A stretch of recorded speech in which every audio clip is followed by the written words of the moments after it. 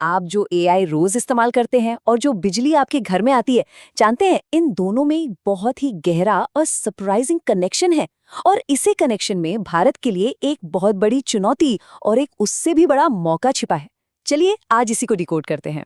जरा सोचिए, सुबह उठने से लेकर रात को सोने तक आप फोन पर असिस्टेंट से बात करते हैं, ऑनलाइन कुछ मंगवाते हैं या कोई ऐप आपकी फोटो को और बेहतर बना देता है।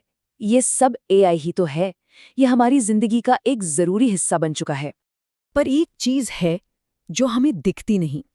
इस सारी एआई को चलाने के लिए ना बेहिसाब बिजली लगती है। इसे बिजली की एक ऐसी जबरदस्त भूख है जो हर दिन हर घंटे बढ़ती ही जा रही है। तो फिर सवाल ये उठता है कि ये एआई आखिर रहता कहाँ है? हवा में? क्लाउड में? असल में ये रहता है डेटा सेंटर्स में। यही है इसका असली घर, इसका असली दिमाग। अब ये डेटा सेंटर क्या भला है? आसान भाषा में समझिए, ये एक बहुत बहुत बड़ी बिल्डिंग होती है जिसके अंदर हजारों लाखों कंप्यूटर सर्वर एक साथ काम कर रहे होते हैं। यहीं पर एआई के प्रोग्राम्स चलते हैं, सारा डेटा स्टोर होता है।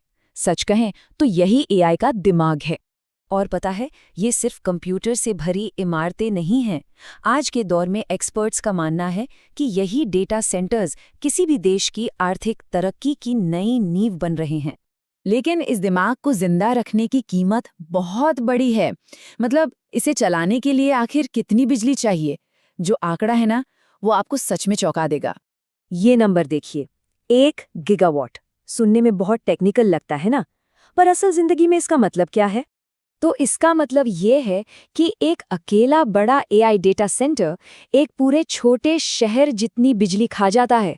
जी हाँ, आपने सही सुना, एक पूरा शहर। और ये बात कोई और नहीं बल्कि दिल्ली की बिजली कंपनी के सीईओ अभिषेक रंजन खुद बता रहे हैं। और रुकिए, ये तो बस शुरुआत है। अनुमान ये है कि 2030 तक भारत में सिर्फ डेटा सेंटर्स को ही इतनी बिजली चाहिए होगी जितनी आज एक पूरे राज्य को चाहिए होती है। अब आप समझ सकते हैं कि ये चुनौती कितनी बड़ी है। तो अब सवाल ये है कि इस बड़ी सी पहेली को सुलझाएगा कौन? अच्छी बात यह है कि भारत के टॉप एक्सपर्ट्स, मतलब जो बिजली ग्रिड चलाते हैं, जो एआई चिप्स बनाते हैं और जो ये डेटा सेंटर खड़े करते हैं, सब मिलकर इसका हल निकालने में लगे हैं। चलिए सुनते हैं वो क्या कह रहे हैं। देखिए, जो हमारे नेशनल ग्रिड को संभालते हैं, डॉक्टर समीर सक्सेना, वो कहते हैं कि प्रॉब्लम सिर्फ ज्यादा बिजली की नहीं है। ये डेटा सेंटर कभी अचानक बहुत ज्यादा पावर खींच लेते हैं तो कभी एकदम कम। ये जो लोड ऊपर नीचे होता है ना, ये पूरे ग्रिड की स्थिरता को हिला सकता है। वहीं दूसरी तरफ Amazon वेब सर्विसेज जैसी बड़ी टेक कंपनियां हैं। उनका कहना है, ठीक है, हमें पावर तो चाहिए, लेकिन सिर्फ पावर नहीं, हमें चाहिए 100% ग्रीन एनर्जी जो भरोसेमंद भी हो और फटाफट मिले। और फिर आती हैं इंटेल जैसी कंपनियां जो चिप बनाती हैं। वो मानते हैं कि हाँ, इस प्रॉब्लम का एक हिस्सा हम भी हैं, पर वो कहते हैं कि हम इसका सल्यूशन भी निकाल रहे हैं, सीधे चिप के लेवल पर। मतलब ऐसी चिप्स बना रहे हैं जो कम से कम बिजली में ज्यादा से ज्यादा काम करें।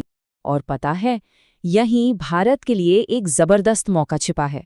टीसीएस के दीपेश नंदा के मुताबिक अमेरिका का पावर इंफ्रास्ट्रक्चर अपनी लिमिट तक पहुंच चुका है, जबकि भारत के पास एक नई शुरुआत करने का, एक हेड स्टार्ट लेने का सुनहरा मौका है।